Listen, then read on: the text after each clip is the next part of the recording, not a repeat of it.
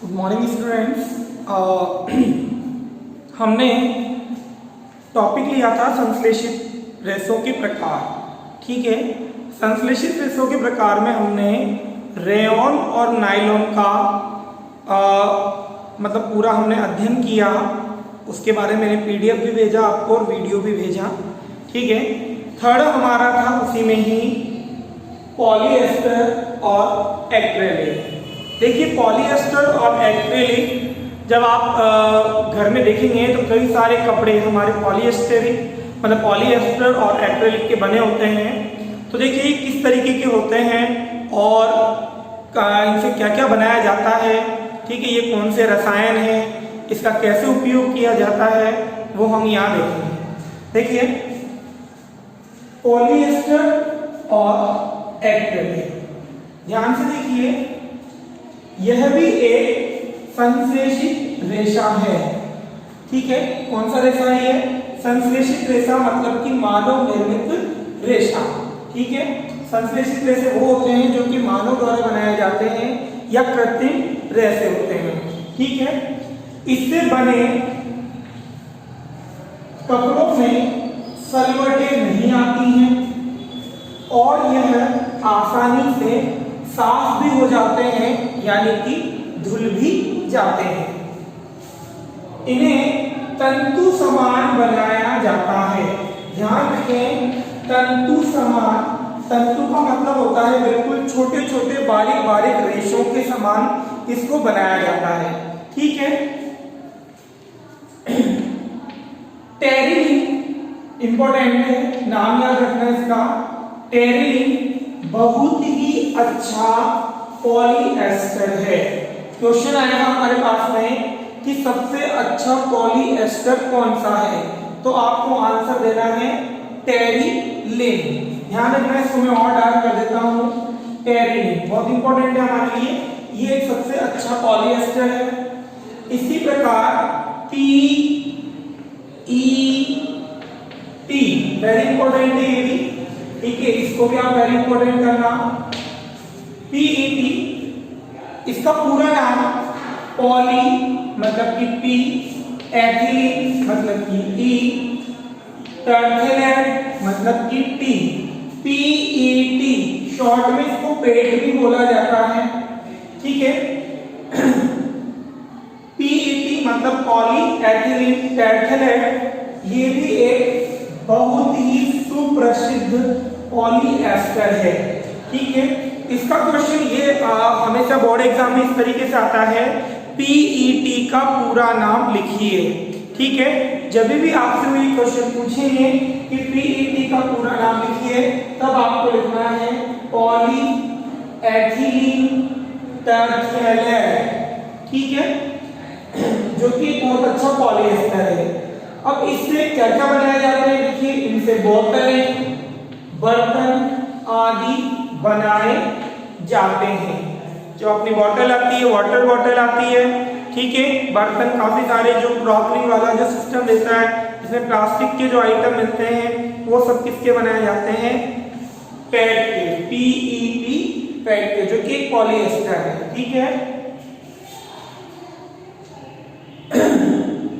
अतः पॉलीएस्टर एक रसायन है, यानी कि केमिकल है, जो एस्टर की इकाइयों से बनता है। देखो, एक तो हुआ एस्टर। ठीक है, बहुत सारे एस्टर जब मिल जाएंगे, जब आपस में जुड़ जाएंगे, तब वो क्या बनेगा? यहाँ पर पॉलीएस्टर। ठीक है, यानी कि जब बहुत सारे एस्टर की इकाइयां मिलेंगी, तब हमारा क्या बनता है? पॉलीएस्टर। जैसे आपसे क्वेश्चन पूछे कोई भी कि भाई पॉलीएस्टर कैसे बनता है, तब आपको बताना है कि काफी सारे पॉलीएस्टरों की इकाइयां जब आपस में जुड़ जाती हैं तो पॉलीएस्टर का निर्माण होता है। ठीक है, अब देखिए, पॉलीएस्टर से एस्टर जो होता है, ये हमारा एस्टर है, ये फलों को गंध प्रदान करने का कार्य करता है। आपने देखा होगा हम मार्केट में जाते हैं, फ्रूट मंडी में जाते हैं, तब हमें वहाँ पर फलों की अलग तरीके से गंध आती है, ठीक है। वो गंध एस्टर के यानी कि उसके ऊपर एक केमिकल डाला जाता है फ्रूट्स के ऊपर, ठीक है, वो एस्टर होता है, जिससे कि फ्रूट ताजा भी रहते हैं और गंध भी देते हैं, यानी कि खुशबू भी आती रहती है उसमें, ठीक है। तो फलों में गंध मतलब गंध उत्पन्न करने के लिए किसका उपयोग किया जाता है? एस्टर का उपयोग किया जाता है, ठीक है। पॉलिएस्टर से बना कपड़ा, ध्यान रखना, पॉलिएस्टर से जो बने कपड़े हैं वो कौन कौन से हैं? पॉलीकॉट, पॉलीवूल और टेरिकॉट। आपने ज्यादातर टेरिकॉट का नाम भी सुना होगा, घर पे कई बार प्रचलित है ये नाम कि टेरिकॉट के कपड़े होने चाहिए, ठीक है। देखिए किन नामों से जाना जाता है, यानी कि ये 3 नामों से जाने जाते हैं, पॉलीकॉट, पॉलीवूल और टेरिकॉट, ठीक है। और इन्हें इन्हीं नामों से बेचा भी जाता है, ठीक। अब देखिए यहाँ पे पॉलीकोट जो बनता है, वेरी इंपॉर्टेंट, ध्यान रखना इसको।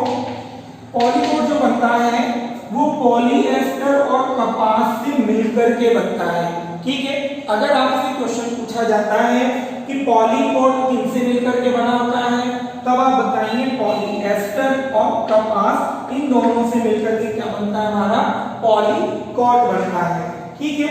इसी प्रकार पॉलीवूल कैसे बनता है? तो देखिए पॉलीएस्टर और ऊन, ठीक है, पॉलीएस्टर और ऊन को जब मिलाया जाता है तो हमारा पॉलीवूल बनता है। बहुत इंपॉर्टेंट है ये।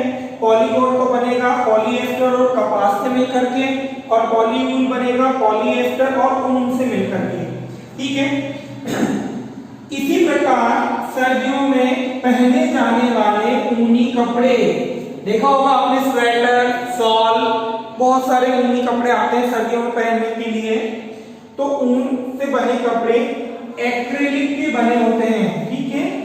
ऊन से जितने भी जो स्वेटर सर्दियों में पहनने वाले शॉल है, कंबल है, ये सब किससे मिलकर के बने होते हैं? हमारे एक्रेलिक से मिलकर के बने होते हैं, जो कि सस्ते होते हैं और अधिक समय तक चलने वाले, यानी कि टिकाऊ भी होते हैं, बहुत दिनों तक चले जाते हैं, मतलब चले जाते ही हैं। ऐसा नहीं कि स्वेटर हमने इस सर्दी में खरीदा और नेक्स्ट सीजन में तो वो हमारा खराब हो गया, ऐसा नहीं होता है। करीबन 2 साल या 3 साल तो वो इजीली चल जाता है, ठीक है, अधिक समय तक चलने वाले होते हैं। तो ध्यान रखें स्टूडेंट्स, हमारे दोनों टॉपिक हमने क्लियर किए। एक टॉपिक था हमारा पॉलीएस्टर और एक था हमारा एक्रेलिक। इसमें इंपॉर्टेंट बात यह है कि सबसे अच्छा जो पॉलीएस्टर है वो है टेरिलिन, ठीक है, और जिससे ज्यादा उपयोग में लिया जाता है, बोतलें वगैरह ये सब बनाई जाती है, वो है पीईटी यानी कि पॉलीएथिलीन टैरेथलेट, ठीक है। और जो एस्टर होता है वो फलों को गंध प्रदान करता है। ये इंपॉर्टेंट टॉपिक मैं बता रहा हूं आपको। और पॉलीएस्टर से बने जो कपड़े हैं वो किस नाम से जाने जाते हैं? पॉलीकोट के नाम से, पॉलीवूल के नाम से और टेरिकॉट के नाम से, ठीक है। पॉलीकॉट है वो पॉलीएस्टर और कपास से मिलकर के बनता है, और पॉलीएस्टर और जो पॉलीवूल है वो पॉलीएस्टर और ऊन से मिलकर के बनता है। टेरिकॉट है कपास से मिलकर के बनता है, ठीक है। इसी प्रकार सर्दियों में पहने जाने वाले जितने भी ऊन के कपड़े हैं, स्वेटर, शॉल, कंबल, वो सब एक्रेलिक से बनाए जाते हैं, ठीक है, जो कि सस्ते और अधिक चलने वाले होते हैं। ओके स्टूडेंट्स, आपको ये कॉपी में भी नोट करना है और इसके लिए मैंने आपको पीडीएफ भी भेज दिया है, तो आप इसको अच्छे तरीके से एक बार पढ़ें। जहां भी अगर आपको समझ में नहीं आता है तो आप इसको वीडियो को देखें और अच्छे से समझने की कोशिश करें। Okay students, thank you.